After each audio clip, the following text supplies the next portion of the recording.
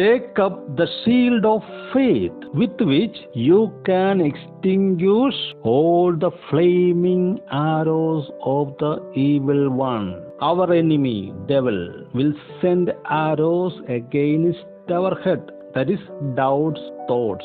For that, God already have a shield which is called salvation to protect our head.